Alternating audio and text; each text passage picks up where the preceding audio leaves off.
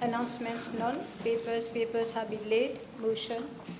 Yes, Honourable Prime Minister. Madam Speaker, I move that all the business on today's order paper be exempted from the provisions of paragraph 2 of Standing Order 10.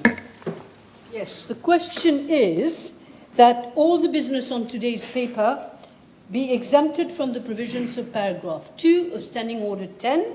Those in favour say aye. Aye. Those against say no. The ayes have it. Statements by ministers none. Public bill, first reading. Yes, Honourable Prime Minister. Madam Speaker, I move that the Appropriation 2026-2027 Bill number 9 of 2026 be read the first time. Yes, motion is seconded. Honourable Deputy Prime Minister seconds the motion. Bill, second reading.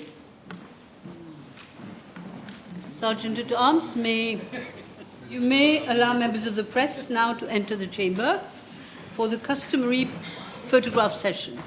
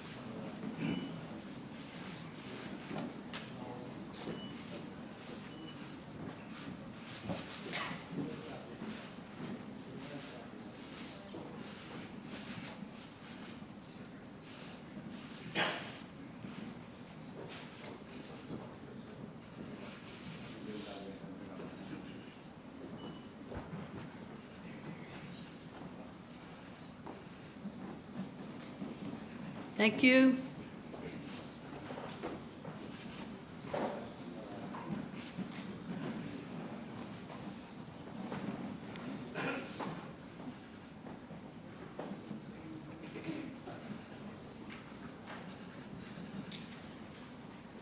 Yes. Yes, Honourable Prime Minister. Madam Speaker, I move that the Appropriation 2026-2027 Bill on number 9 of 2026 be read a second time. Madam Speaker, you can't go back and change the beginning, but you can start where you are and change the ending. This does not come from me, Madam Speaker, but from Clive Lewis, a famous British author and literary scholar. Madam Speaker, upon taking office in November 2024, we had to make fundamental and difficult choices. We could have chosen the path of least resistance, but we did not. Instead, we chose the most challenging path to reform to build our economy and society and secure the future of the next generation. There has been steady and tangible progress in 2025. The unemployment rate declined from 6% to 5.7%. Inflation, which averaged 7% annually over the period 2022 to 2024, with a peak of 11.3%, fell to 3.7%. Our gross official foreign currency reserves have reached $10.3 billion, the highest level in decades, both in absolute terms and in terms of import cover. Tourist arrivals exceeded 1.4 million, while tourism earnings reached 103 billion rupees, both are record levels. The ICT and financial services sectors maintained their long-term growth path, expanding by 4.5% and 5% respectively. GDP expanded by 3.2%, with most major sectors recording positive growth, and per capita GDP rose by 3.3%. Furthermore, Madam Speaker, when we took office, democracy, as well as freedom of expression, has been restored. Municipal elections have resumed after 10 years of tyranny. Constitutional reform, long debated and deferred for several years, is now being delivered by this government. We have ushered in a new era of representation and inclusion for women. Madam Speaker, women are not just participating, they are in leading roles. Let me give you some examples. The Chief Justice, the Deputy Prime Minister, yourself, the Speaker of the National Assembly, the Governor of the Bank of Mauritius, who is here, 7 out of 10 mayors and deputy mayors, including the Lord Mayoress, who is also here, and Deputy Lord Mayoress of Rodrigues, women. Never happened before. Mauritius has regained its rightful place in the international arena. Economic diplomacy is once again at the core of our national strategy. The independence and integrity of major institutions like the Office of the DPP, the Bank of Mauritius, and Statistics Mauritius have been restored.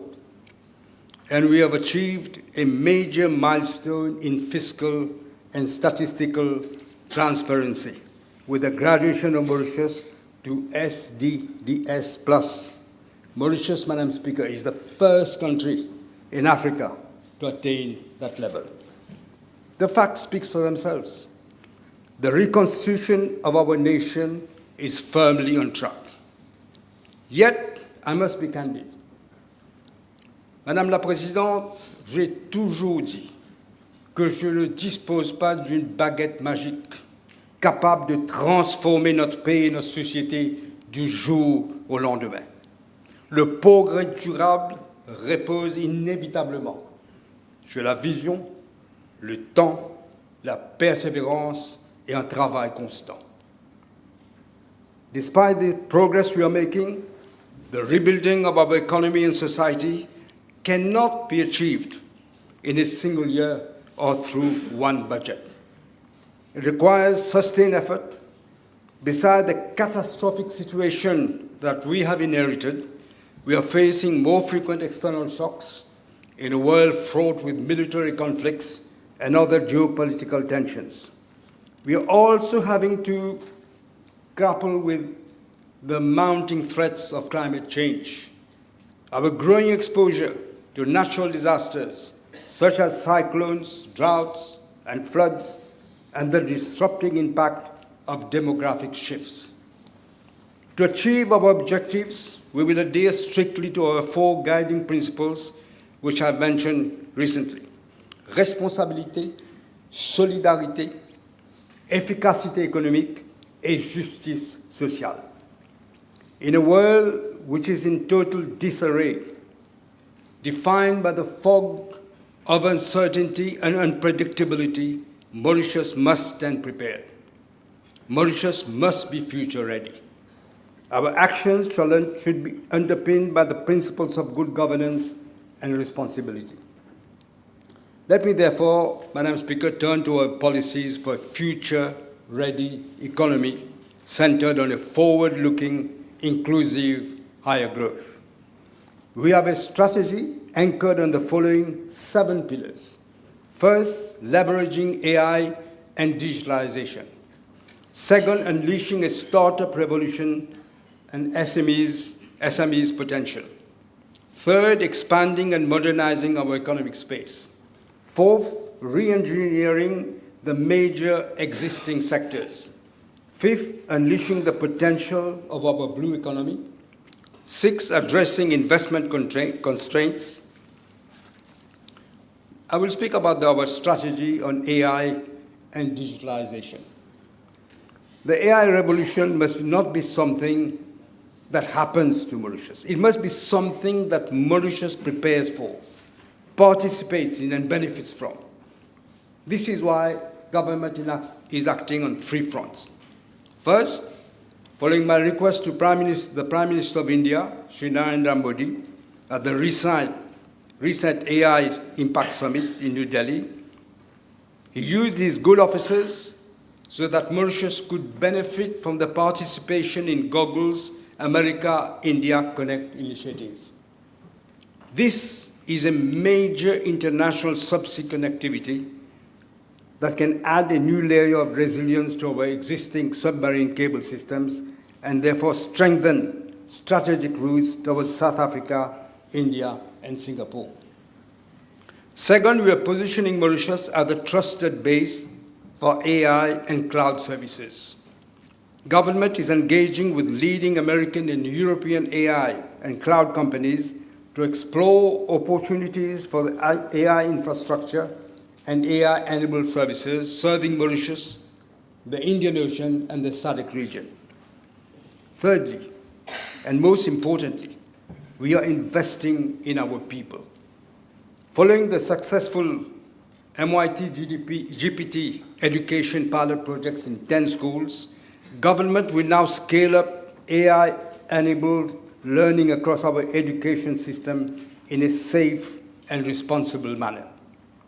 Over the next year, all 8,000 secondary school teachers in Mauritius will be trained and enabled with access to a personalized AI teaching tool to support them in lesson preparation, classroom teaching, assessment, feedback, and student support.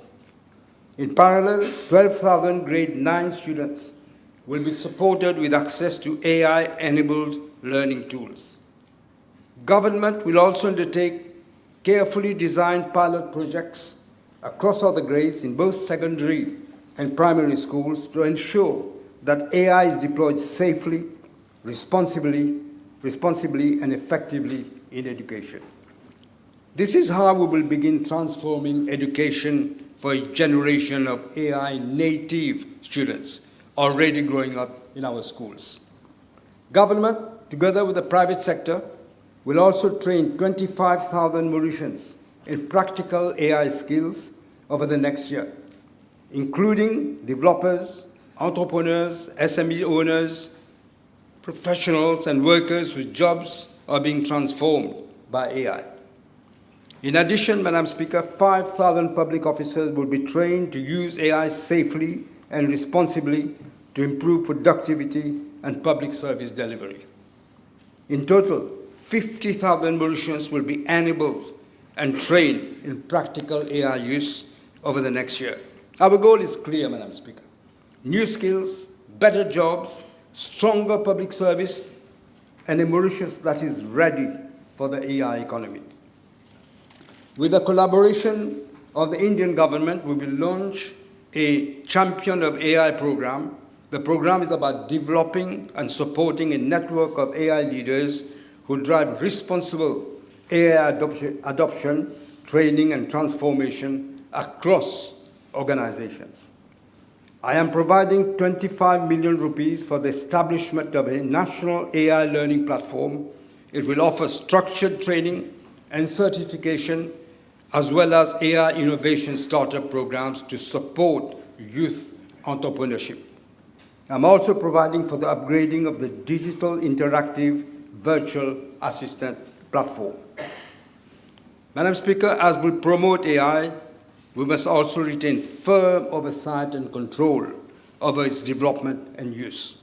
Government will issue a national artificial intelligence guideline for governance and responsible use of AI in higher education and civil service. I'm providing 13 million rupees for a cyber forensic lab to strengthen investigative capabilities, a national cybersecurity survey to assess preparedness and improve resilience, setting up information security management systems across the whole of government. Madam Speaker, the second pillar is about unleashing a Mauritius startup revolution, key to democratize our economy, open new doors for innovators, empower them to turn their ideas into jobs and opportunities. We will bring about a Mauritius startup revolution by creating a strong ecosystem comprising of a dedicated startup act, a hub at the upcoming special economic zone at Rodrigues, a high-level public-private startup council to oversee implementation and coordination, an accelerator scheme at the EDB, a digital patent management system, a dedicated startup labor framework that draws on international best practices, and an income tax holiday of 10 years for startups applicable from the day they start operations. Government will award an innovative scholarship of up to 500,000 rupees in seed funding to 10 university students so that they can turn their ideas into commercially viable projects through the National Research and Innovation Institute.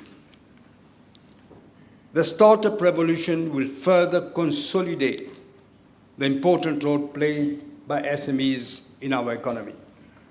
As most startups will qualify as SMEs, they will also benefit from our existing and new policies to support SMEs. The new policies include an SME bill to create a more conducive business environment, an extension of custom duty exemption on eligible utility vehicles to registered SMEs operating in the transformative sectors, a single digital platform to be developed by SME Mauritius, sharing information on all schemes, grant, tax incentives, and financing facilities. Madam Speaker, to be future ready, our economy must also be more diversified, with robust new industries providing much wider investment space and opportunities for local and foreign entrepreneurs. A new high-tech special economic zone is being set up on the 83 arpents of land at Côte d'Or. This also follows my participation at the recent AI Summit in New Delhi. Infrastructure works for the SEZ at Côte d'Or are being completed, and an SEZ incentive scheme is being implemented. We expect the SEZ to attract significant high-impact investment in AI, digital sectors, and advanced manufacturing over the next 5 years. This, Madam Speaker, will give the major boost to our export sector. Government is hereby setting up an ambitious target of increasing exports of goods from US dollars 1.5 billion today to $3 billion within the next 5 years. As part of the master plan to modernize the port, enhance its competitiveness, and transform Mauritius into a premier port in the region, government is implementing the Island Container Terminal project. This high-impact project, worth $1 billion is being undertaken under a G2G arrangement with the Government of India.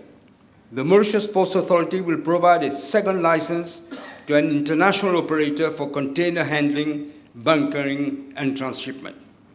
In addition, Madam Speaker, the Mauritius Ports Authority and the Cargo Handling Corporation Limited have already embarked upon the implementation of a series of strategic projects representing a total investment of around 7 billion rupees.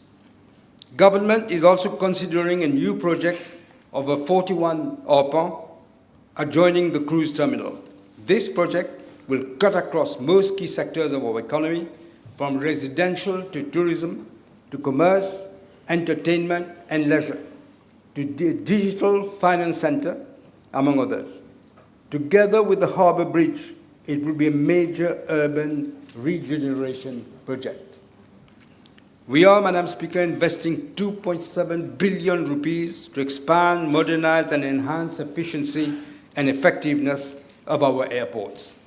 We are putting in place a digital border control system comprising biometric e-gates to reduce waiting time for passengers at the airport and to strengthen border security against threats such as identity fraud, terrorism, and organized crime. A well-connected island is a must for the development of our nation. To this end, it is imperative that we have an interconnected road network from the north to the south and from the east to the west. Government is therefore providing 2 billion rupees for the M4 motorway project connecting Forbach to the airport, which will further open up access to the villages in that corridor and provide economic opportunities. Madam Speaker, capitalizing on waste to create wealth is clearly a game changer, with huge benefits for the economy and for society in general. It is turning cost into value and liabilities into assets. I am therefore providing 150 million rupees for a program to strengthen national waste management from a circular economy perspective. We will also introduce a circular economic bill and set up a strong regulatory framework for waste to wealth activities.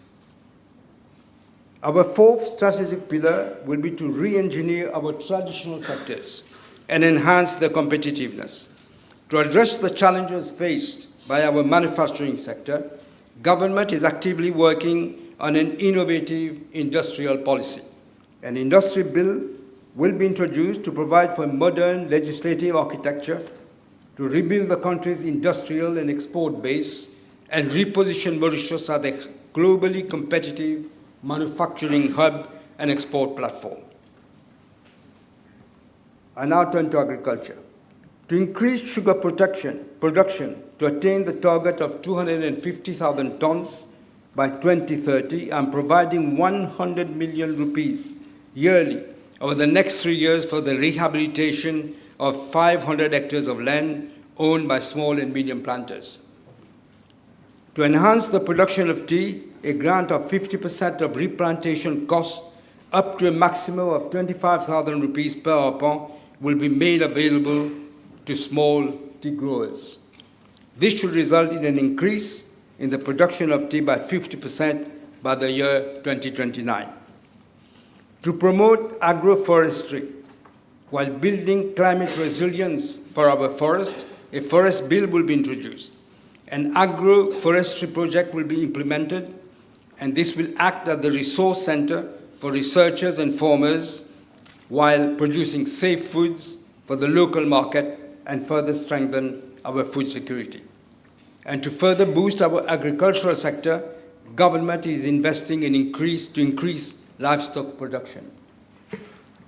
Madam Speaker, I'm providing 45 million rupees for upgrading of farm buildings, goat production, farms, and scale-up cattle and sheep reproductive farms to increase the supply of breeding stock.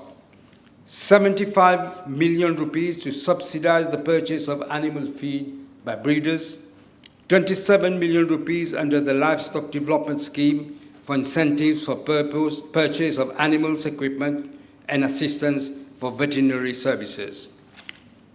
50 million rupees for the construction of a modern, state-of-the-art veterinary hospital. I now turn, Madam Speaker, to our policies to consolidate the banking and financial sector, services sector. We are accelerating our policies to adapt to fintech and digital finance while strengthening resilience and regulatory oversight. Our immediate priority is to consolidate the reputation of Mauritius as a trusted international financial center and to ensure full readiness for the 2027 mutual evaluation by ASAMLAB. To this end, a national crime agency will be set up to, among others, to consolidate and strengthen investigations into serious fraud, corruption, money laundering, and complex transnational crimes. Secondly, the Mauritius Police Force will deploy specialized investigative tools to support investigations involving virtual assets, financial crimes, and forensic accounting. Thirdly, the Computer Emergency Response Team of Mauritius, CRTMU, will establish a national fraud reporting and response mechanism to better protect citizens and businesses from cyber fraud and scams. And fourthly, the Bank of Mauritius will roll out a threat intelligence sharing platform to facilitate real-time exchange of cybersecurity intelligence among banks. At the same time, we are laying the foundation for the next generation of financial services by introducing clear rules for the issuance of an investment in stable coins and the tokenization of real-world assets. In the same vein, an open banking framework will be introduced to enable the secure sharing of customer financial data between licensed banks, virtual asset service providers, and authorized fintech providers. Madam Speaker, our banking legislations date back to 2004. Over the past decades, the banking sector has changed beyond recognition. Our laws, therefore, must keep pace. To this end, I will introduce before the end of this year a new Bank of Mauritius bill, a new banking bill, and an appropriate resolution regime. These three pieces of legislation will strengthen governance, sharpen prudential regulation and supervision, enhance consumer protection, and bolster financial stability while fostering innovation in the delivery of financial services. Madam Speaker, I will now outline policies for our construction industry. Our construction industry must evolve in lockstep with our energy and environmental imperatives. Buildings should increasingly function as power producers and not merely as power users. We are therefore amending the relevant legislation to enforce a green building code. I now turn to the tourism industry. The tourism industry is performing well, but there are new, powerful global trends and exigencies facing the industry, challenging our traditional model. We therefore now need to accelerate the implementation of tourism diversification and sustainability recommendations outlined in the blueprint for tourism development. Protecting our lagoons, our beaches, biodiversity, and natural resources must remain at the heart of our tourism strategy, while supporting the development of new tourism experiences beyond the traditional coastal model. Greater emphasis will be placed on a nature-based tourism, cultural tourism, wellness tourism, and community tourism, ensuring that growth is both environmentally responsible and economically inclusive. The uniqueness of Rodrigues as a tourist destination will be preserved and at the same time further enhanced through the construction of the new runway. In line with our objective to diversify the tourism product and increase local participation, government will support the development of eco-integrated tourism villages across different regions of Mauritius, and these villages will showcase the country's cultural heritage, local cuisine, handicrafts, history, agriculture, and natural attractions while offering visitors authentic experiences beyond the traditional resort environment. This will also encourage tourists to discover the interior of the island and spend more time with local communities, creating new economic opportunities outside the traditional tourism zones. To support this transformation, increased investment in destination marketing will be essential. Mauritius will continue to strengthen its presence in traditional markets while expanding its reach in emerging markets with high growth potential. Promotional campaigns will place greater emphasis on the island's unique culture, sustainability initiatives, ecotourism experiences, inland attractions, and authentic Mauritian way of life. By repositioning Mauritius as a diverse, year-round destination, offering much more than sea, sun, and sand, the country will attract high-value visitors, increase average visitor spending, and reinforce its competitiveness on the global tourism stage. Madam Speaker, I'm allocating 1 billion rupees to support this tourism policy transformation, including 490 million to the MTPA. I'm also providing for the revamping of the École Hôtelière Sir Duval in order to address both shortages and skills gap in the tourism sector. We will introduce a digital system to enable all non-citizens to apply for an e-visa prior to traveling to Mauritius, and thus again reduce queues at the arrival terminal and also consolidate national security. Madam Speaker, I now turn to our policies to usher in a new era of development for the creative industry, making it another key pathway to higher levels of investment and growth. We are putting artists first. We are amending the appropriate legislation to give them the proper recognition as cultural workers. Government will promote the establishment of an artistic and cultural hub. That hub will house a national museum bringing together collections currently scattered across our islands under one roof.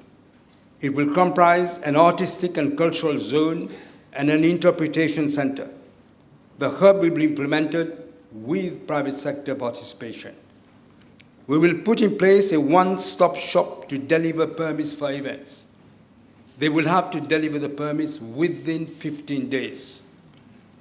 A creative arts and cultural development program will be launched, backed by an initial allocation of 30 million rupees from the Little Funds, and this program will support artists at all levels to create, perform, and access new markets.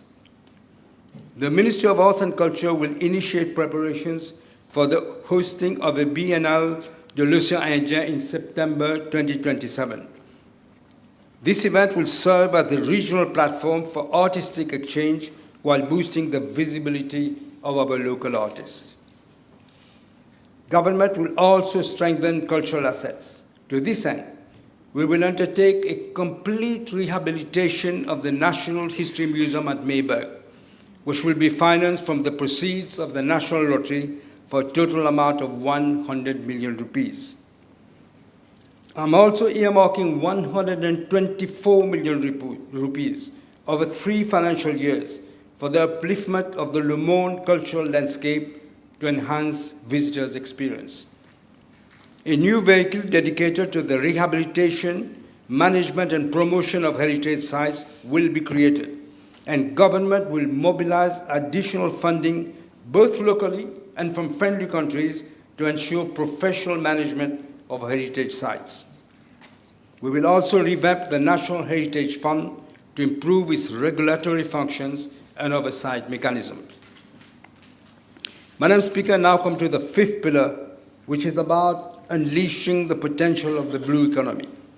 There is no doubt that the economy that will be under the stewardship of our children and their children will be dominated by the blue economy. We must therefore set the stage today. Research is the foundation we build today to create future prosperity. We are investing to make oceanic research a growing sector in its own right, driving marine innovation and jobs. An international center for ocean studies will be set up at the University of Mauritius. The National Research and Innovation Institute will coordinate the research functions currently undertaken by the Mauritius Oceanography Institute and the Albion Fisheries Research Center. To support oceanic research, a comprehensive regulatory framework for hydrography, the mapping and measuring of our seas, seabed, and coastal waters will be formulated. And a Mauritius Ocean Technology Incubator will be established at this institute. Madam Speaker, as regards our fisheries sector, I'm providing for the expansion of semi-industrial feed expansion and artisanal support to transition traditional fishers to high-yield waters. The ADB will issue international expressions of interest for the development of 28 fish farming zones, comprising 20 in lagoon zones and 8 off-lagoon zones, in addition to the 6 barachois. With a view to strengthening the fisheries sector, government will give further consideration to the development of a new fishing port. This would provide modern landscaping, storage, processing facilities, and thus improve operational efficiency, reduce post-harvest losses, and enhance seafood quality standards. And in line with government's objective to build up food security, incentives will be given to encourage bank fishery, expansion of semi-industrial fishing fleet, increase in the development of smart fish aggregating devices, and investment in industrial banks and tuna fisheries. These measures and other policies being implemented by the government are expected to significantly increase local fish production from 5,000 tons to 15,000 tons over the next 3 years. Government will implement a dedicated program to accelerate the production of high-value aquaculture species and seaweed farming for domestic and export markets. The program will support both large-scale commercial investments and SMEs through access to seed stock, technical assistance, financing, demonstration farms, and market development support. And to encourage aquaculture operators, I'm introducing a 30% freight rebate scheme up to a maximum of $200 per container on approved imported aquaculture feeds. Is that what you want, eh?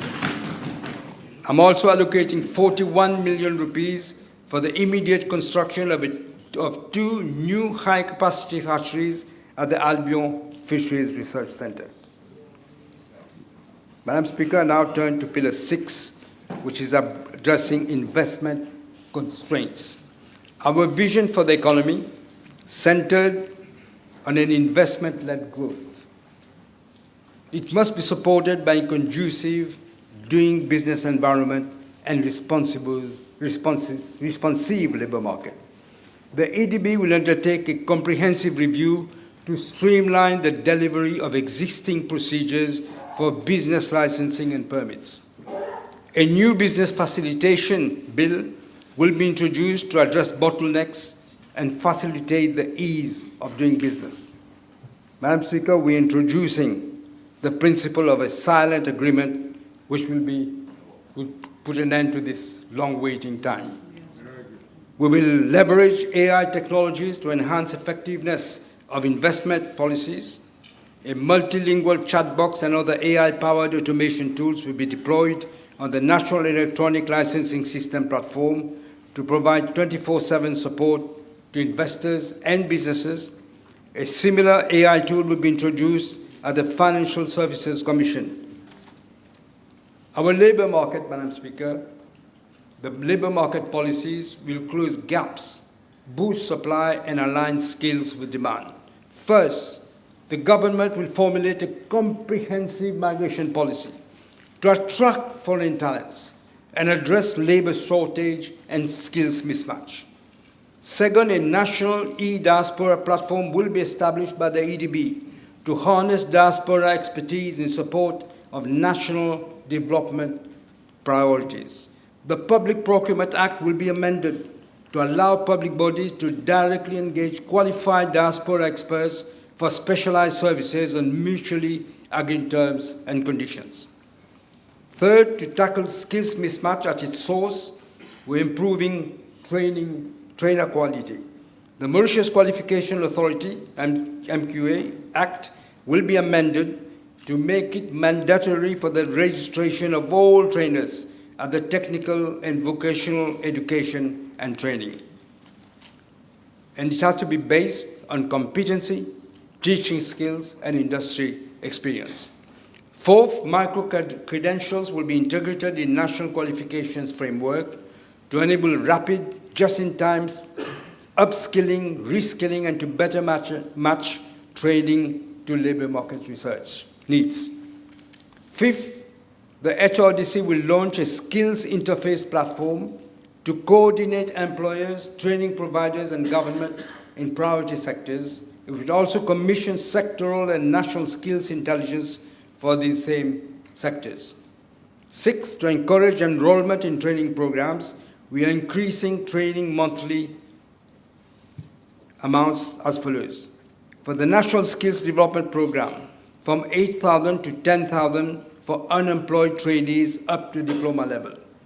For the graduate training for employment skills, the total support will be raised from 100,000 rupees to 120,000, with a cap of a monthly stipend raised from 10,000 to 12,000. Madam Speaker, there are challenges that are weighing heavily on the well-being of our people. We need to deal with them squarely and meaningfully, as the concerns of our people are the priorities of this government. I will now present 4 flagship projects. Flagship 1, Purchasing Power Shield. The first of these flagship projects is the Purchasing Power Shield to halt and reverse the erosion of the purchasing power, especially for low and middle-income families. Where the market fails, government should intervene and lead. As pledged in our government program, the State Trading Corporation will bulk purchase essential consumer goods to lower living costs. These products will be sold nationwide with capped profit margins, resulting in a significant price reduction on a large number of essential consumer goods. Following the establishment of the Price Stabilization Fund of 10 billion rupees announced in last year's budget, I'm again providing a contribution of 2 billion rupees in this budget. We are also extending subsidies to more consumer goods. They include corned mutton, corned beef, canned tuna, infant food, macaroni, black lentils, red beans, and luncheon meat.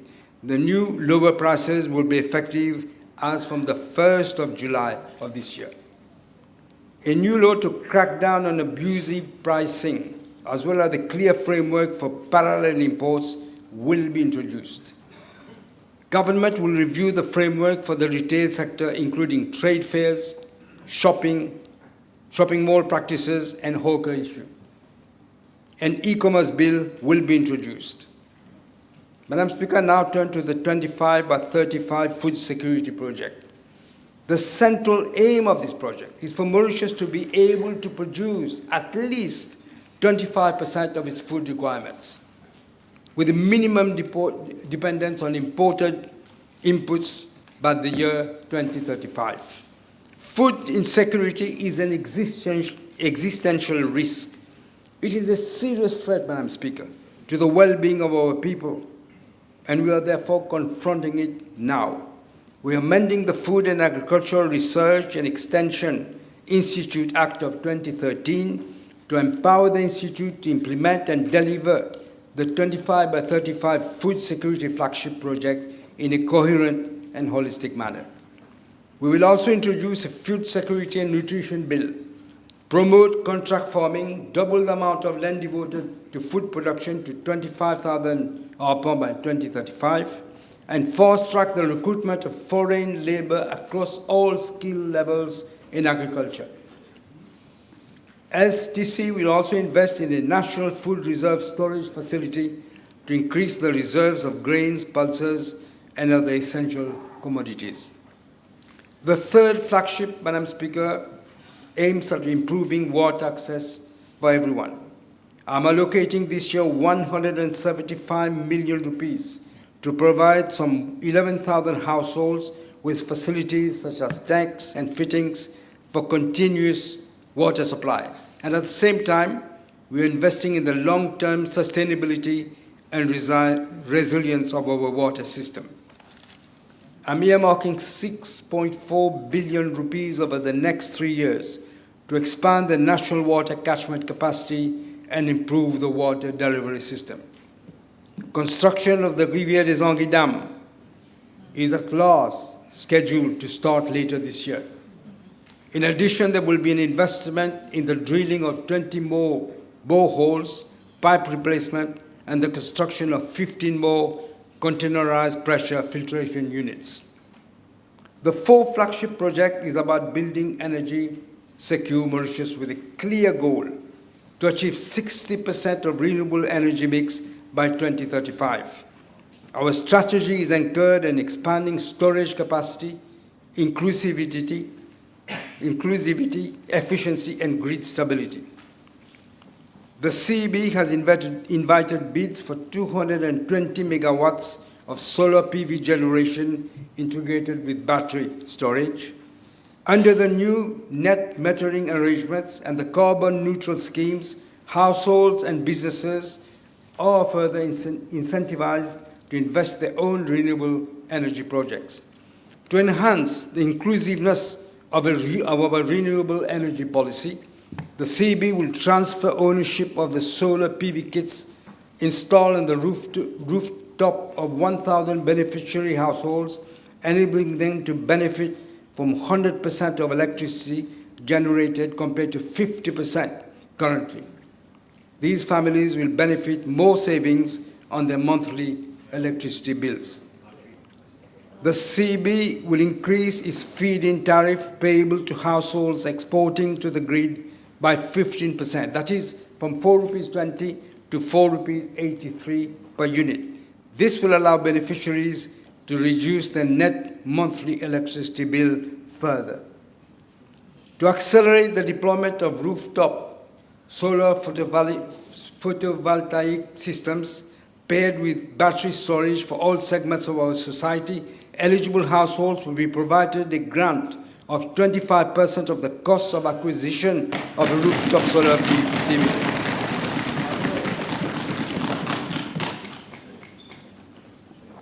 It will be up to a maximum of ₹75,000 per application under the household rooftop solar PV scheme.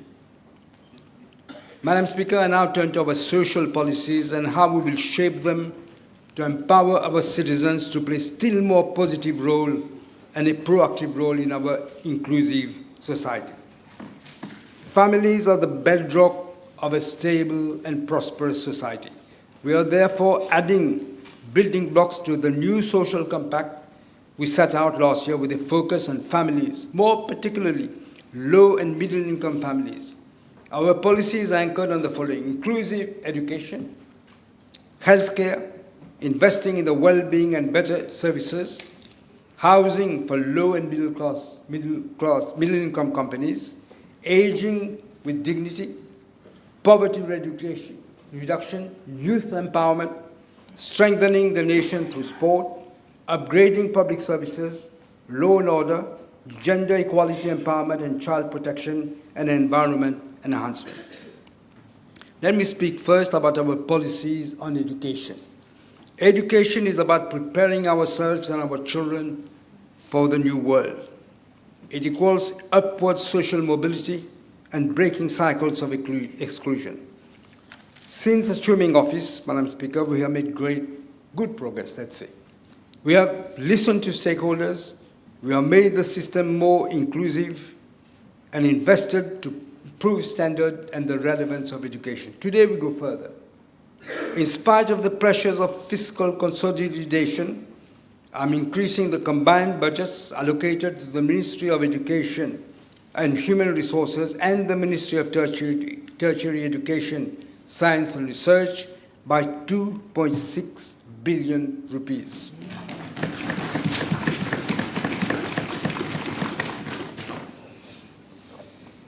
Our deep conviction is that no child should be left behind. Guided by our values of equity, dignity, and opportunity, we are therefore further strengthening the foundation program, an effective, inclusive approach that ensures every student can live up to his or her full potential. I'm allocating ₹133 million for the acquisition of textbooks, and learning materials, and the setting up of 3 new MITD multi-sector training centers to deliver the foundation practical programs for children in grades 7 to 9. To the same end, government is coming up with the basic literacy and numeracy programs for grade 1 and 2 to address learning gaps at an early stage.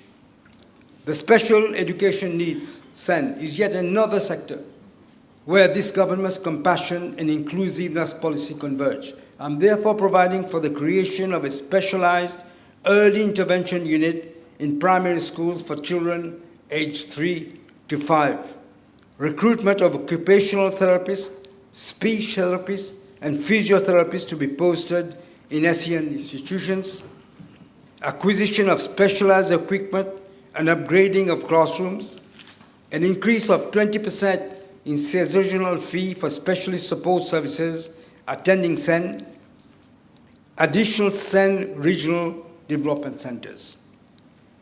Madam Speaker, regards to secondary education, government will introduce a technical education applied pathway in grades 10 and 11. It will provide practical, competency-based subjects aligned with the labor market needs and help reduce disengagement and dropout risk. To tackle bullying in our schools, I'm providing 10 million rupees to roll out an anti-bullying campaign in all our schools. I now turn to our policies and measures for the tertiary education sector. Our national strategy for higher education, science and research 2025-2035 is centered on transforming Mauritius into a globally connected, innovation-driven knowledge economy. To put our tertiary education system firmly on that path, a new framework will be introduced to allow world-class universities to operate domestically with full university status from day one. A centralized Study in Mauritius portal will be launched to streamline and facilitate the application and admission process for domestic and international students. Foreign students will be allowed to take up an employment on a part-time basis for up to 30 hours a week during school holidays instead of the 20 hours a week it is now. Foreign graduates will be encouraged to remain in Mauritius and contribute to the development through post-study work visas. This is to address the skills gap. I'm also making provision for the organization of higher education fairs in targeted countries by the Ministry in collaboration with the Economic Development Board and our embassies and consulates. And lastly, an online student visa is being developed on the National Electronic Licensing System of the EDB. Government will also invest to upgrade the learning environment. I'm therefore providing 824 million rupees for the improvement and expansion of infrastructure and amenities in schools from pre-primary to tertiary. This is the crucial investment in forming confident, responsible citizens who will be proud of their schools and the country. Madam Speaker, I now turn to healthcare. The provision of free, high quality and accessible healthcare will always be a priority for this government. Government spends billions of rupees of taxpayers' money every year on healthcare. Yet we witness a dramatic deterioration in the health services under the previous government.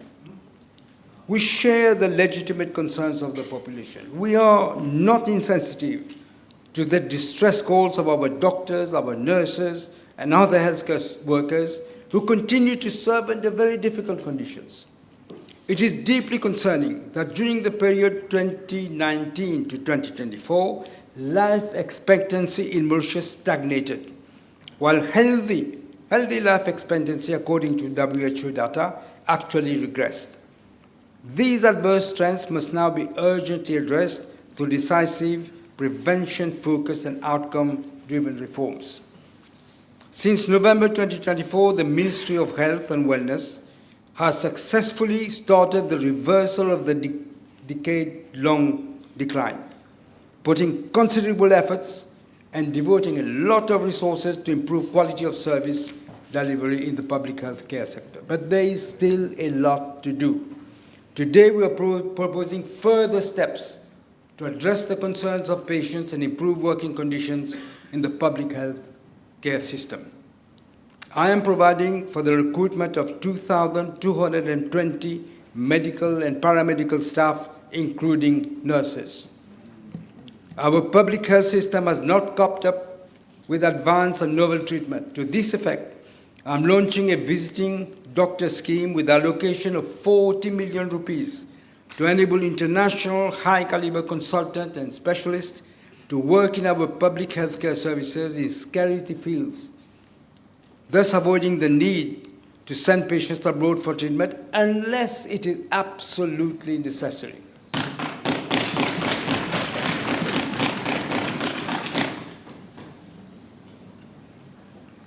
Furthermore, Madam Speaker, I'm providing for the training of 26 medical practitioners in anesthesia, reanimation, and radiology, 30 medical practitioners in emergency medicine, 32 medical technologists, 154 nurses in midwifery, oncology, intensive care, community-based rehabilitation, and diabetes, amongst others, because they are specialized nurses.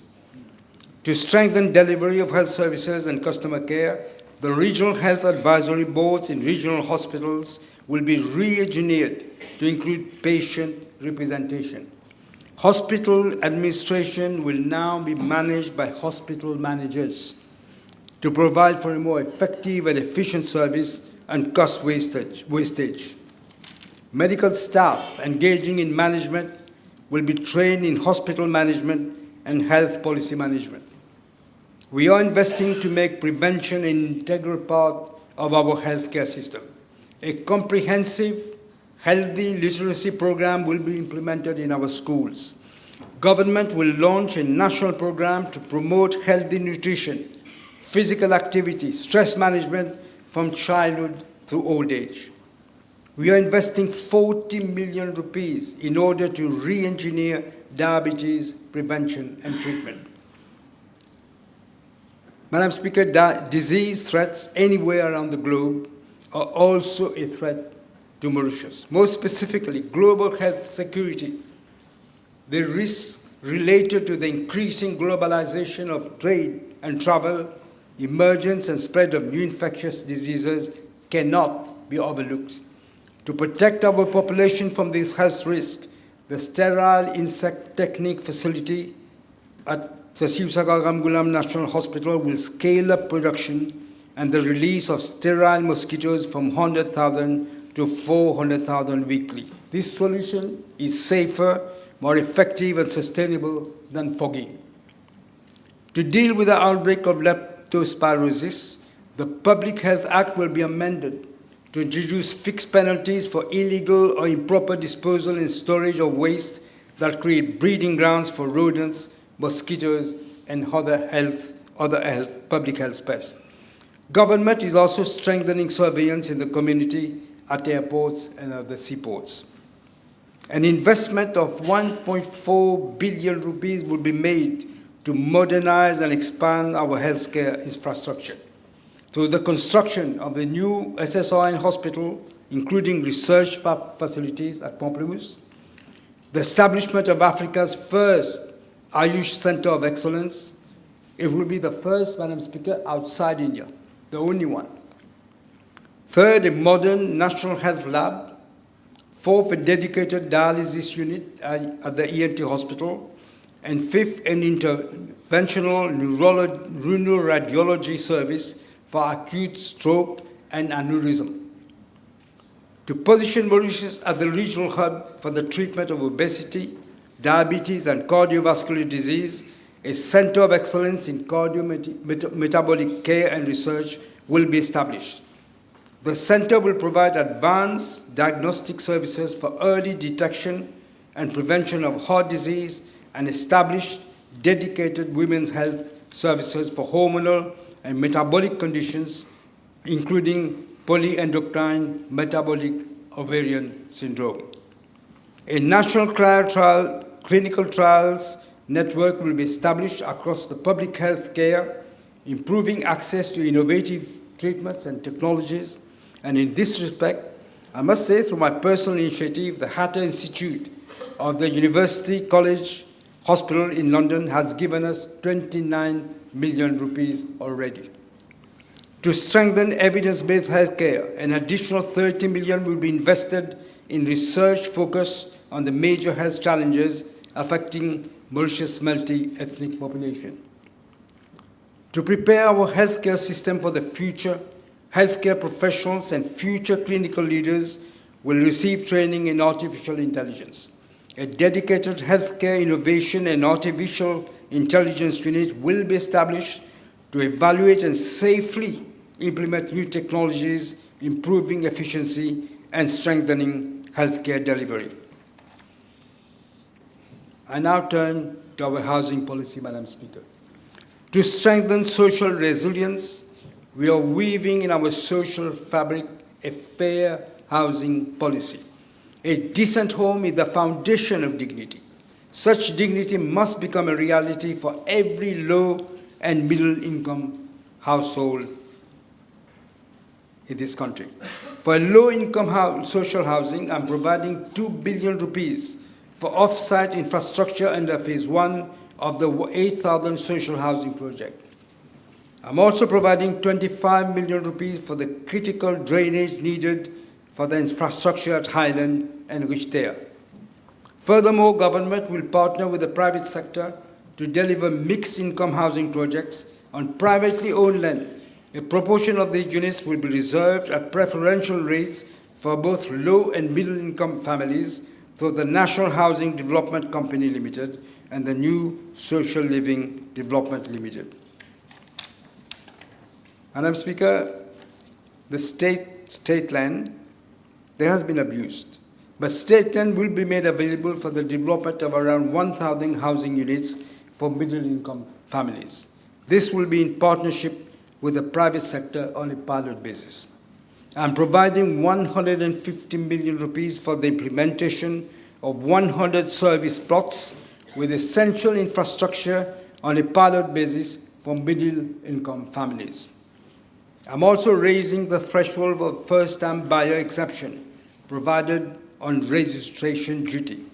A first-time buyer acquiring a bare land will henceforth be exempted from registration duty on the first 3 million of the value of the property instead of 2.5 million it is now. Additionally, a first-time buyer acquiring an apartment or a house will henceforth be exempted on the first 6 million rupees for the acquisition price instead of the first 5 million. We are also correcting an injustice under this scheme. Currently, Madam Speaker, an owner of an agricultural land is not entitled to this benefit. Such individuals will henceforth also benefit from the scheme. Madam Speaker, government will no longer grant under the G+2 scheme leases authorizing the sale of apartments constructed on state lands and parjometric, and will accordingly not authorize the sale of such apartments to foreigners.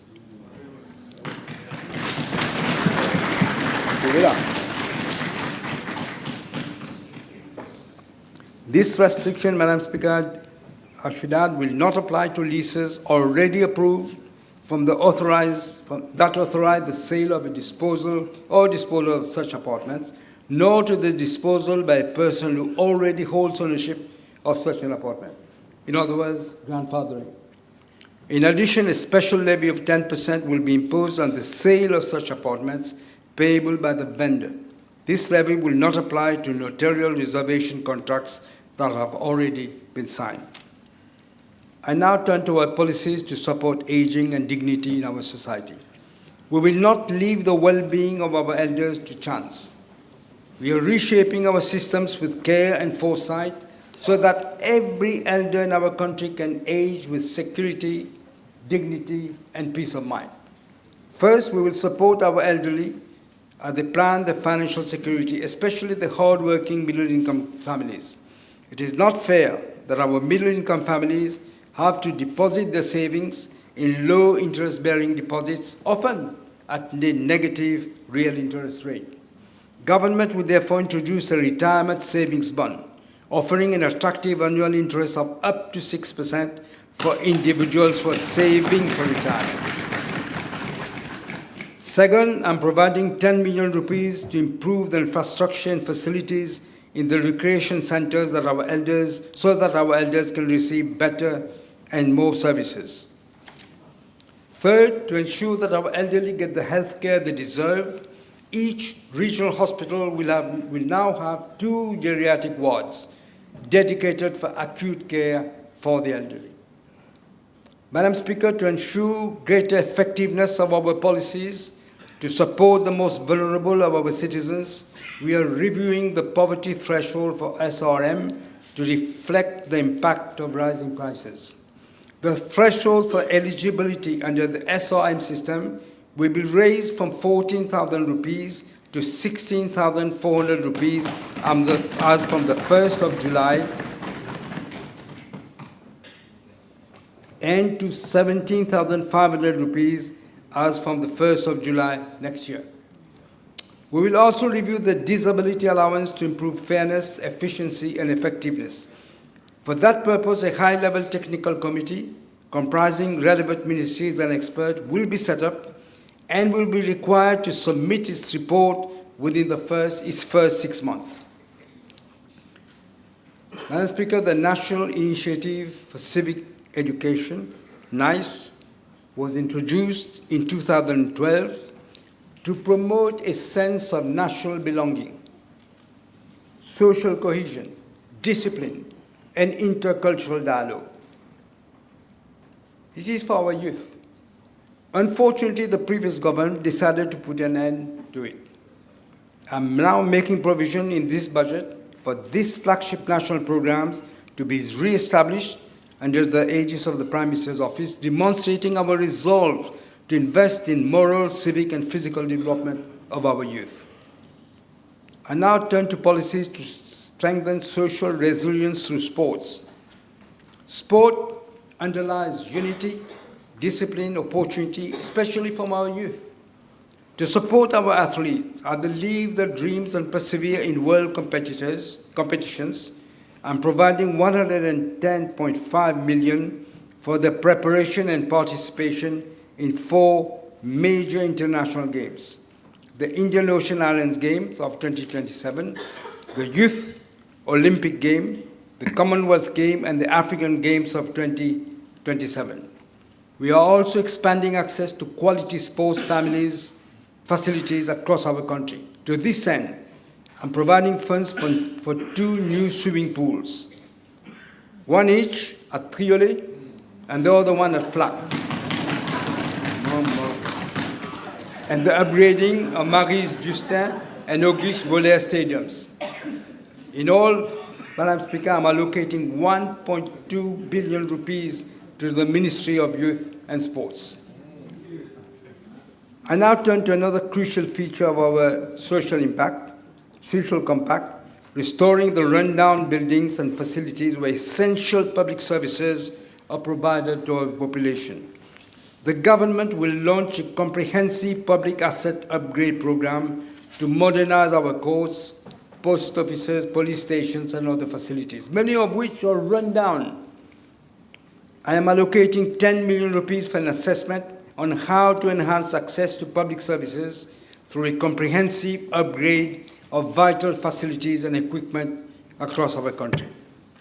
Madam Speaker, now turn to our unwavering commitment to decisively address the law and order situation. The Mauritius Police Force has a comprehensive strategic plan to address evolving security challenges. This includes drug trafficking, organized crime, gender-based violence, and road safety. Implementing this plan, therefore, requires significant investment. I'm therefore earmarking 14.2 billion rupees to uphold law and order. Second, government is providing 125 million rupees to modernize the fleet of vehicles and an additional amount of 531 million for the acquisition of equipment to strengthen the operational capacity of the Mauritius Police Force. Third, 200 million rupees is being earmarked for the setting up of the National Crime Agency, which will revolutionize policing in Mauritius. It will strengthen and entrench the independence and effectiveness of law enforcement in this country. Fourth, the Mauritius Police Force will restructure community policing to forge stronger trust between the police and citizens, with neighborhood officers maintaining direct contact with parents, with elders and children to educate them on the devastating harms of drug abuse and related social issues. Fifth, the police, including the Special Mobile Force, will intensify preventive patrols, expand safe city surveillance, and launch targeted operations to crack down on larceny, illegal road racing, illegal betting, and public nuisance. Six, we will launch comprehensive awareness campaigns on cyber-related crimes. Our fight against the drug scourge will be three-pronged: prevention, dismantling of systems entrenched by the drug lords, and healing. Our prevention policy will focus on keeping our young people away from the drug trap. We are providing another 80 million rupees for the National Drug Agency for Drug Control, NADEC. First, roll out a national awareness campaign to educate the public on the dangers of drug abuse and trafficking, and the legal consequences of drug-related offenses, and the treatment and rehabilitation services available. Second, to introduce an early warning system which will connect hospitals, laboratories, and law enforcement agencies in real time to quickly identify and inform the community on new psychoactive substances. And third, provide government with information and intelligence to make informed decisions and respond quickly to emerging trends. The fight against drugs should not be limited to the police force only. We need concerted efforts. We are therefore uniting law enforcement agencies, government institutions, NGOs, and all stakeholders in a cohesive, holistic, and relentless war against this scourge. Each one must play its role fully. Government will ensure that all public sector bodies and institutions contribute to a fight against drugs. I am therefore allocating a sum of 50 million rupees to be used by each ministry for integrating the fight against drug trafficking and substance abuse across their policies and operations. The law will be amended to criminalize a broader range of synthetic drugs. Regarding the use of cannabis, an island-wide consultation is currently being undertaken by NADEC, following which government will come up with a proposal. Madam Speaker, it is the firm intention of government to dismantle the network that supports the activities of drug smugglers and dealers. To sustain the actions already initiated to revamp the anti-drug and smuggling unit, I'm allocating an amount of 436 million rupees.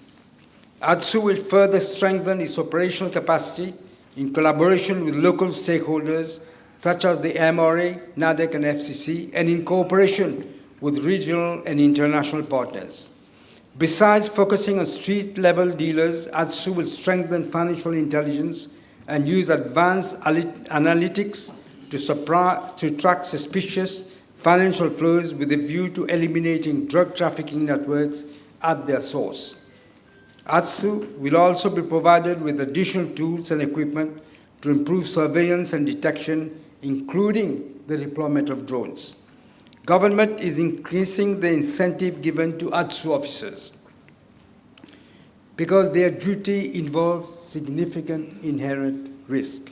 Therefore, we're raising the ad hoc allowance from 2,000 to 5,000 per month. An amount of 85 million rupees is being provided for advanced drug analysis equipment to strengthen the capacity of the forensic science lab. Consideration will also be given to outsource tests to local and international private laboratories. The Mauritius Revenue Authority will invest 72.5 million rupees for the acquisition of a fast interceptor boat and a vehicle scanning machine to enhance maritime surveillance, drug detection, and combat drug trafficking in the region. Madam Speaker, we must see the drug addicts as victims who need a helping hand to escape this drug trap. To this end, government is strengthening rehabilitation programs. First, NADEC, in collaboration with the Ministry of Health and Wellness, will roll out a national prevention and rehabilitation program to ensure a coordinated and comprehensive care approach encompassing prevention, harm reduction, treatment, rehabilitation, and social integration. Second, the Ministry of Health and Quality of Life is converting one wing of the old Flak Hospital into a rehabilitation center to provide therapeutic and support services, including family and group therapy, cognitive behavioral therapy, emotion management, sports, music, and life skills development. A 24/7 national drug hotline will be established under the NADEC to provide immediate assistance, counseling, and referral services for individuals as well as families who are affected. Madam Speaker, I now turn to the judiciary. The judiciary plays a pivotal role in upholding the rule of law, safeguarding constitutional rights, and ensuring the effective administration of justice. To enable the judiciary to fulfill its mandate efficiently and effectively, we are taking the following measures. First, we are providing 15 million rupees for the appointment of additional court officers, administrative and technical staff. Consideration will be given also to the alignment and equivalent of posts within the judiciary. Second, the former Supreme Court building will be revamped, and there will be a study to see whether it can be converted into the final new court of appeal, but it has to be studied. We are also upgrading all the court buildings. Third, the law will be amended to provide for new procedures to ensure for the early disposal of minor criminal matters. We will be establishing a criminal court to expedite hearings when the defendant has pleaded guilty to reduce backlog in other courts. Fifth, an e-judiciary platform will be set up to strengthen the resilience of the justice system, ensure continuity of judicial services during emergencies, enhance data security, and improve management and strategic planning. Madam Speaker, Mauritius, as we all know, commands a vast exclusive economic zone. And we are increasingly exposed to illegal fishing, drug trafficking, and transnational crimes. To deal with these issues, our surveillance capacity will be stepped up. First, a national maritime information sharing center is being set up with the collaboration of the Government of India to improve surveillance, intelligence sharing, and interagency coordination. Second, an amount of 2.3 billion rupees is being provided to enhance maritime surveillance and reinforce our territorial integrity and economic security.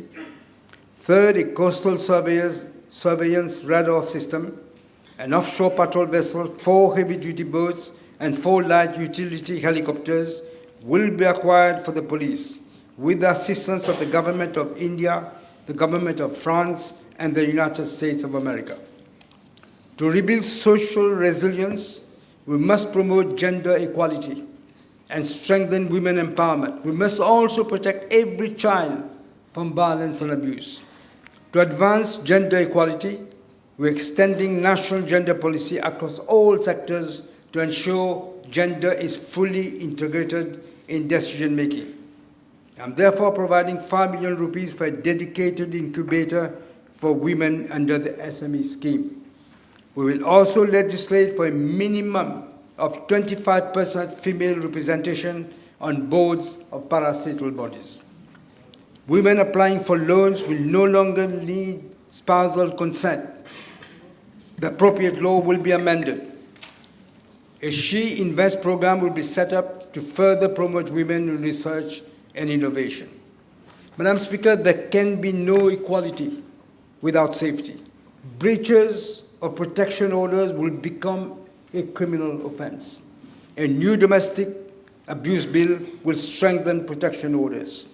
a gender-based violence coordination committee will be set up to ensure rapid multi-agency response. Victims of gender violence will also be supported through training for financial independence, and to better protect vulnerable children, a new national adoption bill will establish a modern legal framework for adopting children while providing for the setting up of a dedicated adoption authority. I'm also providing for reinforcing the foster care advisory unit. The foster care regulations will be reviewed to establish a streamlined assessment for prospective foster parents and build a more robust network of qualified foster families across the island. I am providing 10 million rupees for new shelters, specialized caregiver training, and a halfway home. Madam Speaker, I now turn to our policies to secure environmental sustainability. This is central to our new social compact and efforts to build resilience. As the small island, Mauritius faces acute climate change risk. While we cannot halt global warming, we must take responsibility to adapt and protect our people and our economy. I'm therefore earmarking 4 billion rupees under the Coastal Erosion Adaptation Program. Over the next 5 years, more than 11.5 kilometers of severely eroded shoreline will be rehabilitated across, as I said, 17 priority sites around the island. Government will complement coastal protection works with nature-based solutions, including reforestation programs, wetland conservation, dune restoration, and the rehabilitation of coastal vegetation. I am providing for the development of a national shoreline management strategy. The Mauritius project, which was widely acclaimed internationally, will be revived as part of our green transition strategy. Madam Speaker, it is clear our country needs a profound socio-ecological transition. It is our responsibility to create the conditions conducive to making our policies effective and to foster a more harmonious relationship between peoples and nature. I am therefore providing for the setting up of a Just Transition Commission, which will lay the foundation, promote alternatives and visions for just transition towards an ecological and just society, including the democratization of the economy. I now turn to policies and measures to foster the development of Rodrigues and outer islands. We are providing support to Rodrigues to develop resilient infrastructure. This includes the new runway at Plan Kouai, an access road to accelerate the operation of the Technopark at Baladiru. For financial year 2026-2027, government is allocating 5.5 billion rupees for recurrent expenditure and 825 million rupees for capital expenditure for the Rodrigues Regional Assembly. Overall, government expenditure for Rodrigues will now reach 11.2 billion rupees. I'm providing for the finalization of the comprehensive master plan focused on housing, infrastructure, healthcare, education, renewable energy, food security, climate resilience, and ecotourism for Gariga. Madam Speaker, a major diplomatic milestone in 2025 was the signature of agreement between Mauritius and the UK on the Chagos archipelago. Under this agreement, the UK recognizes the sovereignty of Mauritius over the entirety of the Chagos archipelago, including Chagos. Now, pending the completion of the necessary procedures in the UK for the ratification of the agreement, the government of Mauritius reiterates that the Chagos archipelago is and has always formed part of an integral part of the territory of Mauritius. This was confirmed by the International Court of Justice in its advisory opinion on the 25th of February 2019, the United Nations General Assembly Resolution 73-295, and the word of the 18th of March 2015 of the arbitral tribunal set up under the UN Convention of the Law of the Sea in the case which I had initiated against the UK government. Mauritius is thus the only state lawfully entitled to exercise sovereignty over the Chagos archipelago. Because of the delay of the UK to ratify the agreement, we are short of around 10 billion rupees in this budget, Madam Speaker. However, as I said, we won't just stay and wait, but I'm confident that the final solution will soon be found. I now come to the imperative of fiscal consolidation. We are rebuilding the kind of resilience that was handed over to the country in 2014 when I was at the helm. A debt to GDP below 60%, a budget deficit of 3% of GDP. It was an ideal, prudent economic management that we need to rebuild now. Both ratios were in line with the OECD norms and that of the European Union. From 2014 to 2024, that legacy has been totally destroyed, abused, I should say, and mismanaged, to the point that the country ended up with a 9.3% budget deficit and nearly 90% of debt to GDP ratio in the financial year 2024-2025. This fiscal situation is now the major constraint to our development, and it is not something that can be reversed overnight. However, I can reassure the House that our resolve to rebuild fiscal resilience is unwavering. We are continuing our task of fiscal consolidation with the conviction that we will succeed. We must succeed. We owe it to the next generation. Let me stress that despite severe external shocks, we are pursuing fiscal consolidation, not austerity. The arithmetic is clear. Madam Speaker, you don't have to be a rocket scientist to understand this. When expenditure exceeds revenue, deficits automatically rise, borrowing increases, and of course debt rises. But the laws of economics are more complex, with higher interest rates, debt servicing rises, and this debt is now placing a significant pressure on our fiscal space. In the budget 2025-2026, interest rates alone reached 26.9 billion rupees, accounting to 10.7% of total government expenditure. Many people don't realize this. It's not just debt, it's the interest that you have to pay. To restore fiscal sustainability, we must curb spending and raise revenue. Continuing the unsustainable and reckless mismanagement of the economy as in the past would drive our economy into deeper distress and risk. Then we can talk of austerity. That is precisely why any responsible government must and should avoid at all costs. The bulk of fiscal adjustments must be on reducing or even eliminating waste, while maintaining government transfers that are absolutely necessary to protect the most vulnerable. Our plan is to put more emphasis on expenditure reduction and control, while of course maintaining growth and increasing growth. A steering committee on public sector efficiency to identify areas of duplication, inefficiency, and wastage will be chaired by me. Every ministry and department will have to submit to that committee a concrete plan to improve efficiency without compromising service delivery. Now, the committee will be set up to examine the expenditure of each ministry and ensure that we act on the findings of the Director of Audit report. Every year we read the report, every year we see the same things in it.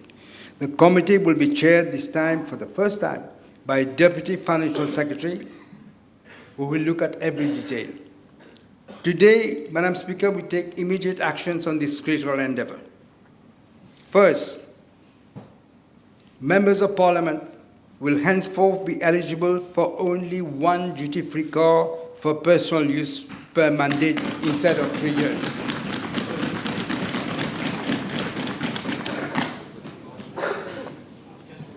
I didn't expect they would all clap. Second, the Mauritius Institute for Training and Development, the Institute of Technical Education and Technology, and the Skills Development Authority will merge into one institution to avoid duplication, wasteful duplication. Third, the Ministry of Arts and Culture currently oversees 34 parastatal and affiliated bodies with overlapping mandates, fragmentation, and weak coordination. A major reorganization and rationalization exercise will be carried out by that ministry. Madam Speaker, before speaking about our tax policies, let me sketch the picture of the budget outturn for this financial year, that is 2025-2026. Total revenue would be 203.6 billion rupees, and total expenditure would amount to 250.1 billion rupees. As a result, the budget deficit is estimated at 46.5 billion rupees. As a percentage of GDP, the deficit works out at 6%. If we had received the 10 billion from the Chagos, the budget deficit would have been 4.7%. This would have been marginally lower than what we initially forecasted at 4.9%. Public sector debt would amount to 681.9 billion rupees at the end of June of this year, equivalent to 87.8% of GDP, which is a reduction. From June 2025, it was 88.5%. Now I come to our tax policies. The rates of excise duty on tobacco products and hard liquor will be increased by 10%, whereas that of liquor will be realigned with effect from the 20th of June 2026. But I'm happy to announce that there will be no increase in the rates of excise duty on wine and beer. The excise duty on the sugar content of sugar-sweetened products will be increased from 12 to 15% per gram of sugar with effect from the 20th of June 2026. These rates will be extended to other sugary products such as sweets, fruit jellies, jams, crystallized fruits, biscuits, waffles, wafers, and chewing gums with effect from the 1st of October of this year. I will move for the financial resolution regarding the increase in the rate of excise duty for tobacco, strong alcoholic drinks, and sugar-sweetened products later. Currently, the excise duty of 2 rupees levied per PET bottle is limited to bottles containing beverages. This will now be extended to all plastic bottles, regardless of the content, as from the 1st of October. An insurance premium tax will be introduced with effect from the 1st of January 2027 at the rate of 5% on short-term general insurance. This will apply to new as well as to renewed policies. I am introducing an annual fee payable by an owner of a motor vehicle who has opted for the assignment of an old registration mark or an acquired personalized mark. I'm limiting the deduction allowed against the corporate climate responsibility levy. Regarding personal income tax, we are introducing a new tax band. The 20% tax rate will be applicable on the portion of chargeable income exceeding 1 million rupees up to 12 million rupees. Any chargeable income in excess of 12 million rupees will be taxed at the rate of 35%, and this tax band will replace the fair share contribution for individuals. I'm setting up a high-level committee under the aegis of the Ministry of Finance to fundamentally review our tax system with a view to enhancing its fairness, its efficiency, and international competitiveness. The committee will include tax experts and will be supported by the IMF and other international experts. Let me now come to our policy on value-added tax. Despite our effort to redress our public finance, we are still in a tight budgetary situation. However, as a caring government, and after careful consideration, I am pleased to announce that there will be no increase in the VAT rate.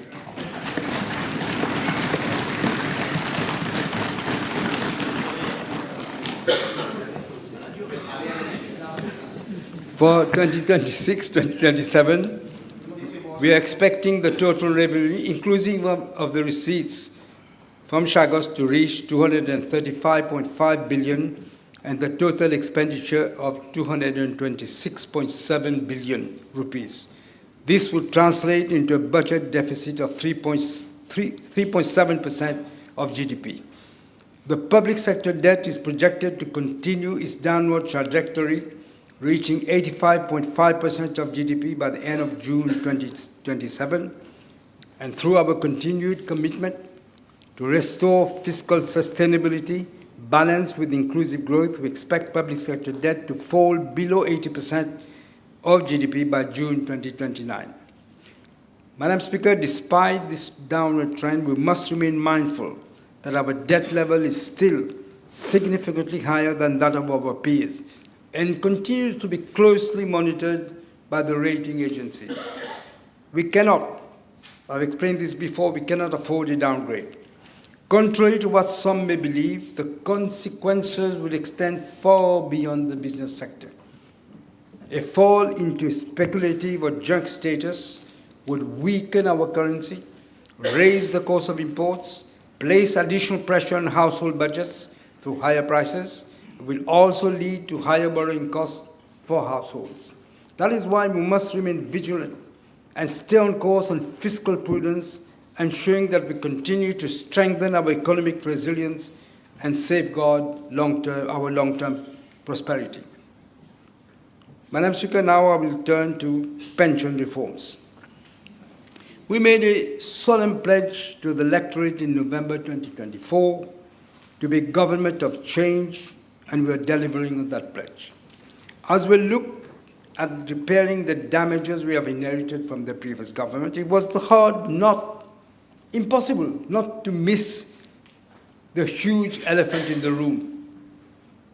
That is a broken and completely bankrupt pension system, no longer fit for purpose. We could have turned a blind eye to it, Madam Speaker. Pretend that it was not there, even though it was a huge elephant. But as the responsible government entrusted with a clear mandate for change, we chose to deal with the problem head-on. Where systems fall, government must lead. Government must protect the population, both present and the future generations. To ignore the problems would have been a betrayal of the trust of the people that placed on us. Shirking from our responsibility, it would have been totally unfair also to leave to our children and their children the task we were supposed to do. There were many flaws in the BRP system, some of them fortuitous, others structural, but both severely undermining its sustainability. First of all, let me remind the House, being an unfunded, a pay-as-you-go system, it was financed totally by the taxpayer.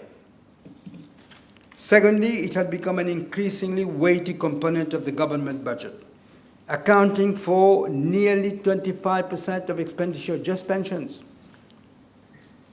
more than the budgets for education, add to that health and the social housing budgets together. Pension was costing more. Thirdly, the eligibility age of 60 years, which is 5 full years below the statutory requirement age of 65. It's a unique case in the world, anonymous, but it's unique to us. Fourth, the dependency ratio measured as the number of workers per pensioner above the age of 65 was fast declining, as we all know, from 16 in 1962 to 4.7 in 2025, and projected to decline to 3 in 2049 and to 2.5 in 2064, because, again, of an aging population. Fifthly, the structural flaws in the system were aggravated by the introduction of the CRG by the previous government in 2010. It compounded its deficits and unsustainability. The situation, Madam Speaker, had clearly become beyond alarming and unsustainable. We therefore took the decision to restore the fairness and sustainability of the BRP system. In this regard, the reform process we initiated last year was guided by the fundamental principle that a pension system must be founded on the twin pillars of equity within and across generations. And we did not want the reform to be sudden. Accordingly, we announced a progressive realignment of the eligibility age for BRP with the statutory retirement age of 65. In the same speech, I announced the setting up of a commission of experts to conduct an in-depth, holistic, and comprehensive review of the entire pension landscape of the country and make recommendations for fair and sustainable reforms. After conducting wide-range consultations with all stakeholders, inviting submissions for proposals from the wider public, which I must say took an active part in the process. A month ago, the Commission presented its interim report to the steering committee, which I chair. But due to the urgency of the situation, government has decided to act immediately on the policy options recommended by the Commission in its interim report. Therefore, today I'm announcing the package of reforms of our pension system. First, a unified, independent pensions regulatory authority will be established, which will decide on general and specific pensions policy. Secondly, a central pensions administration bureau will regroup all state-sponsored schemes into one place to digitalize and facilitate service to members and pensioners. Thirdly, the following changes to the BRP will take effect as from the 1st of January 2027. Madam Speaker, there was unanimity among deponents that only those people not in employment should qualify for drawing a BRP. This is the case in almost all countries. However, as a compassionate government, we acknowledge that it represents a significant part of the total earnings of low-income earners above the 60-year-old limit. Accordingly, I'm pleased to announce that employment status will not be a criteria for state pension eligibility. Only qualifying age, solely qualifying age, not employment. Therefore, BRP will henceforth be renamed State Age Pension, or SAP for short. The transitional measures announced in 2025 remain in place for the phase eligibility between the ages of 60 and 65 to the state pension. All the so-called CSG pension allowances will be consolidated in the SAP, into the SAP. A universal means test will apply individually to eligible beneficiaries based on their taxable income above a threshold of 14,000 rupees. This threshold, 14,000 rupees, is the World Bank relative poverty line of 50% of the median income, which is 28,000 rupees. In effect, every eligible individual, with these changes, every eligible individual with an income below the threshold of 14,000 rupees will now receive the full SAP, full. Individuals with taxable income above the threshold will also receive an SAP top-up entitlement gradually adjusted through a tapering mechanism. Now, an individual above the age of 60 earning up to but not exceeding 50,000 rupees per month in taxable income will therefore qualify for a SAP regardless of whether they are working or not. They will qualify. The minimum SAP will be 1,000 rupees, representing a de minimis benefit. In effect, the pension is a top-up of the income of eligible beneficiaries. It phases out gradually as the income rises above the threshold of 14,000 rupees until it reaches the cutoff point of 50,000 rupees. This ensures that scarce resources are channeled equitably towards protecting low-income earners who are most in need of financial assistance from the state. Madam Speaker, we are talking here exclusively of the elderly and of pensioners, because sometimes people mix up the two. We are speaking of the elderly and the pensioners. A person earning a pension of 50,000 was likely to have had a relatively comfortable salary, exceeding 100,000 rupees before his retirement. And a couple, both age 60 and above, with total monthly income less than 100,000 rupees, will now receive the same amount of SAP. It is worth noting, and I should add this, that 90% of households, Madam Speaker, have a monthly income less than 100,000 rupees, and therefore they will qualify for that pension that they should get now, that some of them should not have got. Recognizing that a couple have shared costs, and therefore shared cost means fewer expenses, different from two single individuals. If they're living together, they have shared costs. Therefore, a reduction of 25% of the combined SAP will apply, subject to a combined means test, again to protect low earners. This measure is aligned with international best practice and with the recommendations of our multilateral partners, such as the World Bank, specialists in social pensions. Fourthly, Madam Speaker, significant dose of flexibility is being introduced in the SAP to make it fairer to our elderly citizens, especially those engaged in arduous, hazardous, and onerous occupations. We heard those complaints before. I'm very pleased to announce that the eligibility to SAP from the age of 60 is now restored electively to all citizens, subject to income calibration and actuarial adjustments. Consequently, the transitional income support will no longer be relevant. Moreover, under the new SAP system, it will be possible to postpone drawing the benefit up to the age of 70 and consequently benefit from an actuarially augmented SAP. Fifthly, we are also improving the second tier of the national pension architecture, namely the mandatory national contributory retirement scheme. The successor scheme to the defunct National Pension Fund will pay out a monthly pension and an optional lump sum as retirement. It will be renamed the National Pension and Provident Fund.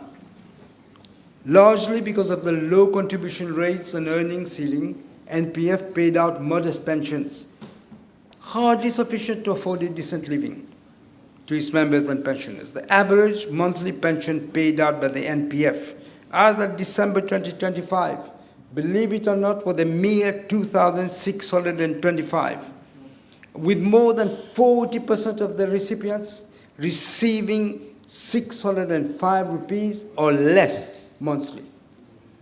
But I never heard an outcry about this before.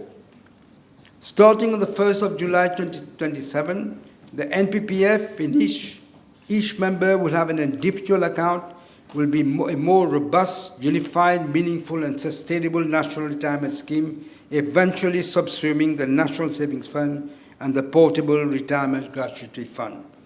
There will be special provisions for the registered self-employed and household employees, contractual and expatriate workers, housewives, and students. The accumulated pension points of active members of the NPF will be converted to the monetary equivalent and transferred to the individual accounts in the NPPF. Pensions in payment under NPF will continue as before. Third and last year of the integrated revamped pension system comprises private occupational pension schemes and personal pension plans. These arrangements play a critical role in supplementing the retirement income and fostering long-term security. The pension regulator will carefully examine this pillar with a view of identifying opportunities for reforms, strengthening regulatory oversight, and ensuring that the pension products remain efficient, transparent to the evolutionaries of the aging population. But as I said, Madam Speaker, this was an interim report. They will have a full report later on. We will ask them to look at everything when they look at the report. The pensions and provisions of public officers, employees of statutory bodies and public officials are not in sync with the other sectors. Relevant reforms will be looked into by the pensions regulator. In regard to serving members of the National Assembly, they will henceforth be put on an equal footing with public officers. They will contribute to their individual accounts in the NPPF. The standard pension payment for members of the National Assembly will now be 65 to coincide with the statutory retirement age, and not simply on completion of 2 terms, as is currently the case.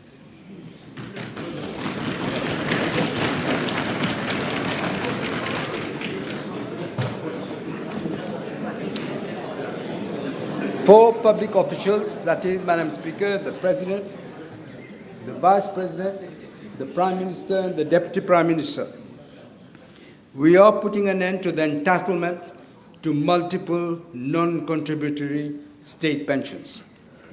These pensions will now be limited to a maximum of 2/3 of the highest salary, less any private pensions and contributory state pensions, if any. For such public officials whose pensions are either in payment or paused, the pension will be immediately delinked from the PRB.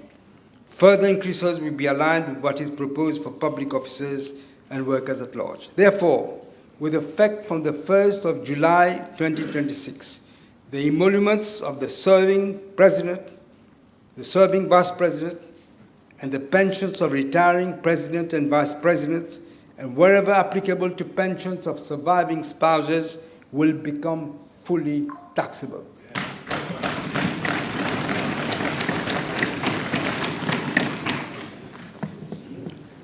In relieving pressure on distressed public finance, public officials are also being made to contribute towards fiscal relief and consolidation efforts. Such public officials, as stewards of the public trust, will therefore lead by example. And I must say public officials, I've just mentioned who they are, accepting immediate cutbacks in the benefits and demonstrating solidarity with the rest of the nation. To sum up the headlines of the pension reform package, to make it clearer, as a caring government, we have been attentive and receptive and responsive to the representations made by and expectation of stakeholders and the general public, enabling eligible beneficiaries flexibility to decide when to draw the pension, that is, between the age of 60 and 70. They have the choice. Secondly, directing scarce resources to those who most need it, namely the low-income earners, regardless of the employment status. The employment status doesn't get in it at all now. Thirdly, reinstating a meaningful national contributory retirement scheme which will pay out decent benefits. And fourth, ensuring the treatment of public officials is substantially on par with other sectors. Let me just make it very clear, because it's complicated to understand. At the moment, there are 263,200 currently eligible pensioners. Over 90% of that number will still benefit from state age pension, including over 75% of full pension. So 90% of pensioners will actually benefit from this system. What we're saying is that those who are above this, which is a small amount, 10% I think it is, around 10%. Before concluding, Madam Speaker, I'm announcing several measures to better protect the most vulnerable. First, I'm increasing the monthly carers allowance from 3,500 to 4,250. Second, government will refund taxi fares for children with disabilities attending registered pre-primary schools. Third, I'm raising the budget for special education needs learners from 562 million to 619 million. Fourth, I'm providing for the recruitment of 15 more psychologists for our hospitals to offer more regular services to children suffering from dyslexia and similar disabilities. Fifth, Domiciliary medical visits currently available to those aged 90 and above will now be extended to individuals aged 85 and above. To this end, very often people believe the cost, they forget the cost. To this end, having to provide 58 million rupees. 6 elderly persons aged 80 and above will be eligible on request for once-a-month visits by social worker to monitor their well-being. To support this initiative, 100 young people will be provided with appropriate training over the next 3 years. 7th, maternity leave is being extended to 12 months. The first 6 months will be paid at full salary, and the remaining 6 months, which will be optional, at half pay. 8th, paternity leave is also being extended from 4 to 6 weeks. 9th, where a public holiday falls on a Sunday, the immediately following Monday will be declared a public holiday.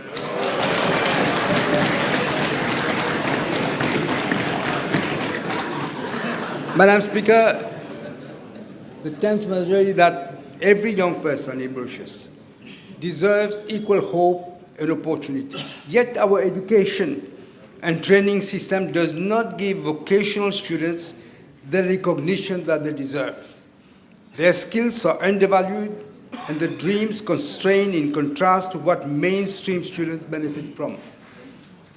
Closing this recognition gap isn't just policy fairness. It is a moral imperative to honor hard work, unlock talent across our island, and build a future where every path to contribution and dignity is respected.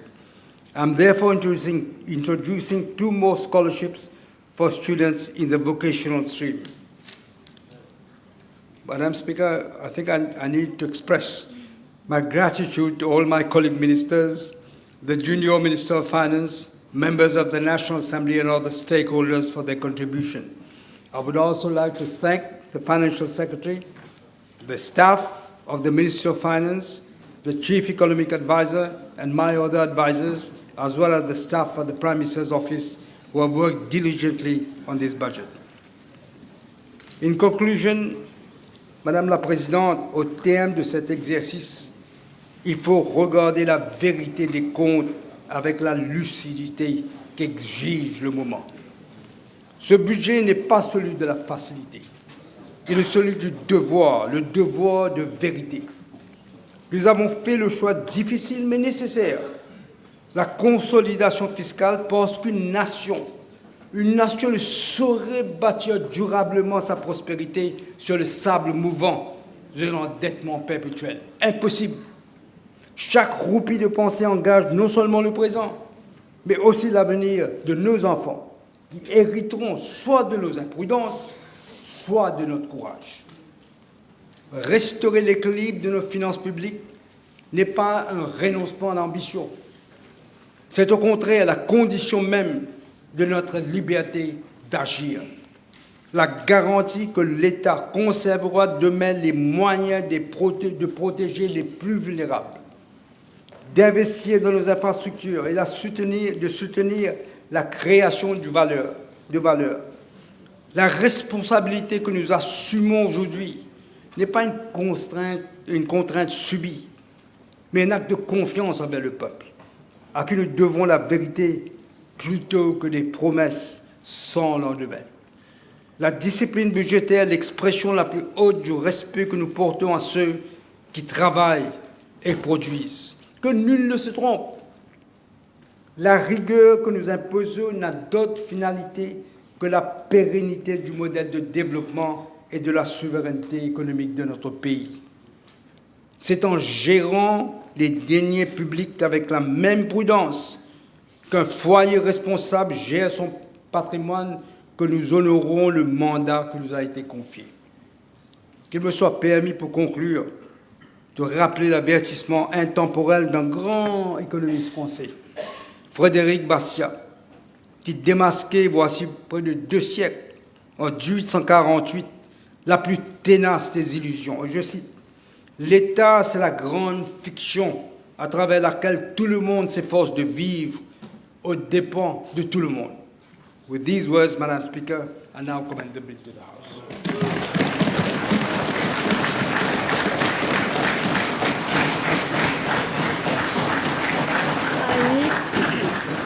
I need someone to second the bill. Second, yes. Okay.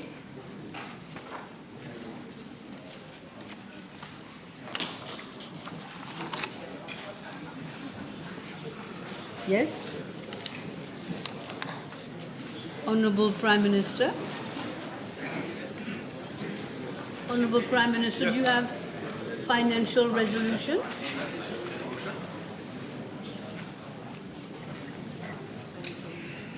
Madam Speaker, I now move for under Standing Order 17.3 to take the time of the House for urgent business. Yes, motion must be Seconded. seconded. Yes, BPM, yes. Madam Speaker, having obtained your permission, sorry. No, let me put it first. Allow me to ask members what they feel about it. Question is that Dr. the Honourable Prime Minister be allowed under Standing Order 17.3 to take the time of the House for urgent business. Those in favour say aye. Those against say no. The ayes have it. Yes, now you've got my permission. Madam Speaker, having obtained your permission, I move for the suspension of Standing Order 29.1 in order that I may present a financial resolution without notice. Motion seconded. Yes. Question is that Standing Order 29.1 be suspended so that Dr. the Honourable Prime Minister be allowed to present a financial resolution without notice. Those in favour say aye. Aye. Those against say no. The ayes have it.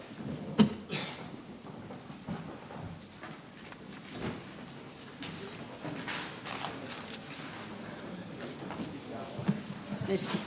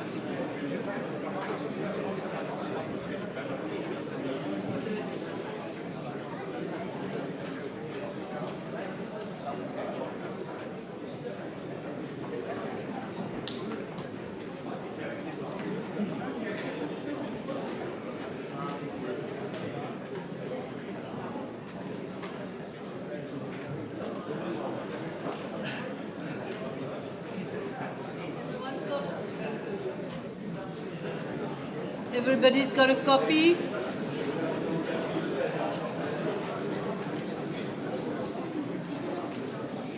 Looks like somebody hasn't got a copy.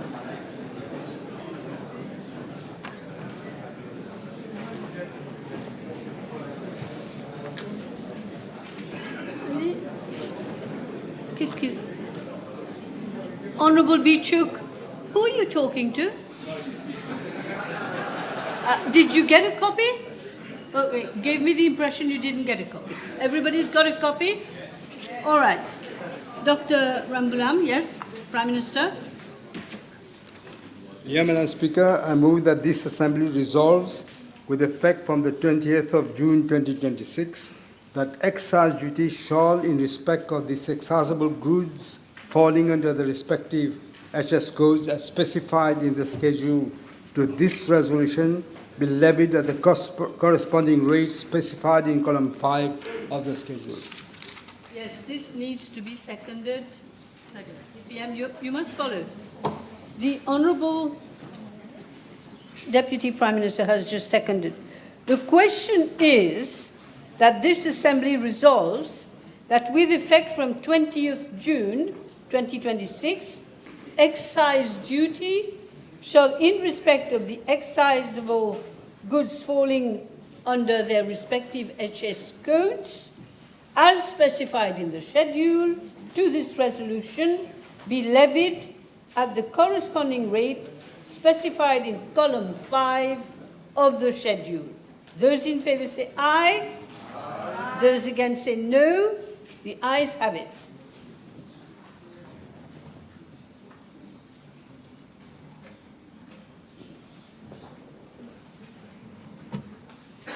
Yes. Madam Speaker, I move for the adjournment of the House to Monday, the 22nd of June, 2026 at 11:30 a.m. Monday, the 22nd of June. second. 22nd. Okay. Okay. The question is that the House be adjourned to Monday, the 22nd of June, 2026 at 11:30, right? Yes. Okay. Those in favour say aye. Aye. Those against say no. The ayes have it. The House stands adjourned.